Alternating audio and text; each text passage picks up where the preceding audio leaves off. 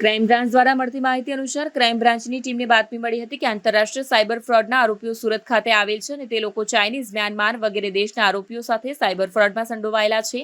જે મળેલ બાતમીના આધારે ક્રાઇમ બ્રાન્ચે રેલવે સ્ટેશન ખાતે આવેલ હોટલ જનતા ઇન ચોથા માળે રેડ પાડી આરોપી સાગર ભાગીરથ રામ બિશ્નોઈ તેમજ રામ સ્વરૂપ શિવનાથ રામ બિશ્નોઈ જેને ઝડપી પાડ્યા હતા. બંને પકડાયેલા આરોપીની પૂછપરછ કરતા ગાબુ સંજય નામનો શખ્સ સુરત શહેર તથા આસપાસના વિસ્તારમાંથી વિવિધ લોકોના બેંક એકાઉન્ટ તથા સિમ કાર્ડ છેતરપિંડીથી મેળવી આ ટોળકીને પૂરા પાડતો હતો. આ દરમિયાન ક્રાઇમ બ્રાન્ચની બીજી ટીમે આ ગુનાનો વોન્ટેડ આરોપી સંજય રામજીભાઈ ગાબુને બોટાદ ખાતેથી ઝડપી પાડ્યો હતો.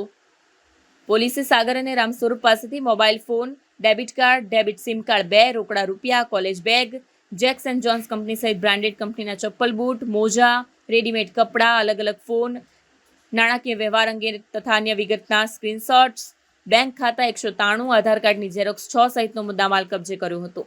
બેંક ખાતાની કીટ મેળવી ઇન્ટરનેટ બેન્કિંગથી એમપિન જનરેટ કરી બેંક કીટ એક્ટિવ કરી પ્રમોદના કહ્યા મુજબ જ્ઞાન બિશ્નોઈ અને શ્યામ બિશ્નોઈને રૂપિયા 25 થી 30 હજારમાં જોધપુર આપી દેતા હતા. પછી તેઓ ચાઇનીઝ વ્યક્તિઓના બુકકીપિંગ રોબોટ રામ નામના ટેલિગ્રામ ગ્રુપમાં મોકલી આપતા હતા. બાદમાં બેંક ખાતામાં ઓનલાઈન છેતરપિંડીની રકમ જમા થતી હતી.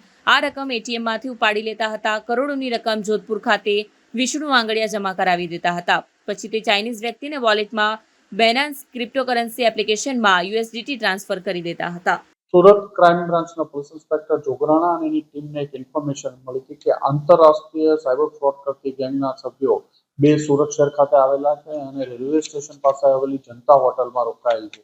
આ બાતમી આધારે સુરત ક્રાઇમ બ્રાન્ચની ટીમ દ્વારા સુરત રેલવે સ્ટેશનની જનતા હોટલમાં રેડ કરતા સાગર ભગીરથ બિશ્નોઈ અને રામ સ્વરૂપ શિવનાથરાય બિશ્નોઈ આ બંને રાજસ્થાનના વડોદરા જિલ્લાના રહેવાસી છે. એ બંનેને પકડી પાડવામાં આવ્યા હતા. આમની પૂછપરછ દરમિયાન આમની પાસેથી અલગ અલગ મોબાઈલ 8 મોબાઈલો મળી આવ્યા, ડેબિટ કાર્ડ 3 મળી આવ્યા છે, સિમ કાર્ડ, કેશ, પછી અલગ અલગ બેંકોના એકાઉન્ટ્સની ડિટેલ અને એમના ફોનમાં હિસાબ માટે એક ડાયરી રાખી હતી એ મળી આવી અને એના ફોનના સ્ક્રીનશોટમાં 335 જેટલા સ્ક્રીનશોટ રિકવર કરવામાં આવ્યા.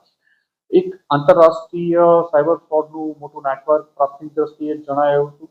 સુરત ક્રાઇમ બ્રાન્ચની ટીમ દ્વારા વધુ બોટાદ ખાતેથી એક ગાબુ સંજય રામજીભાઈનાની પણ ધરપકડ કરવામાં આવી છે. આ જ કેસમાં આ લોકોની પૂછપરછ કરતા આ બંને ફલોદી રાજસ્થાનના રહેવાસી છે. રાજસ્થાનના અન્ય આરોપીઓ સાથે સુરત ખાતેથી અલગ અલગ લોકો પાસેથી બેંક કીટો, ડેબિટ કાર્ડો મેળવવામાં આવતા હતા.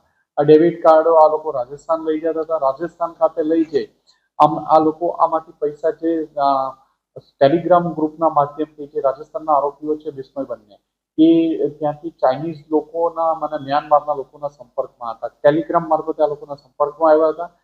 આ લોકોના એકાઉન્ટ જે સુરતથી મેળવવામાં આવતા હતા એકાઉન્ટોની ડિટેલ આપવામાં આવતી. આ એકાઉન્ટોમાં પૈસા ટ્રાન્સફર થાય અને પૈસા રાજસ્થાન અને અલગ અલગ રાજ્યોમાંથી આ લોકો આ ડેબિટ કાર્ડ મારફતે ઉપાડી વિડ્રો કરતા હતા.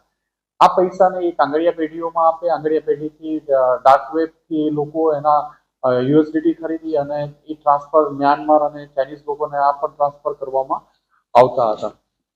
પ્રાથમિક દ્રષ્ટિએ આ લોકોના જે એકાઉન્ટ્સ જોવામાં આવ્યા તો એનસીસીઆરપી પોર્ટલ ઉપર 194 બેંકોના અલગ અલગ એકાઉન્ટો આમની પાસેથી મળ્યા હતા. જે બેંકોના એકાઉન્ટો 194 મળ્યા અલગ અલગ બ્રાન્ચોને, જેમાં વધુ જોઈએ તો સિટી યુનિયન બેંકના 68 છે, પણ PNB, state bank of India, UBI, ICICI bank વગેરે બેંકોના અલગ અલગ એકાઉન્ટ મળ્યા હતા.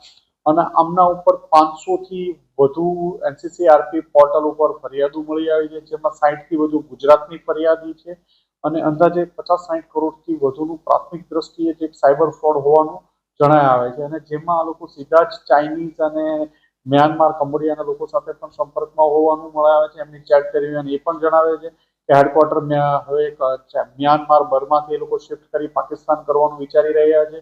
એવા મોબાઈલમાંથી સ્ક્રીનશોટ પણ મળી આવ્યા છે અને એક આંતરરાષ્ટ્રીય નેટવર્ક શોધવામાં સુરત ક્રાઇમ બ્રાન્ચને સફળતા મળી છે અને વધુ આ બાબતનું ઇન્વેસ્ટિગેશન ચાલુ છે. સુરતમાં કઈ જગ્યા પર આ લોકો સુરતમાં રેલવે સ્ટેશન પાસે જનતાનગર પાસે જનતાના હોટલમાંથી મળી.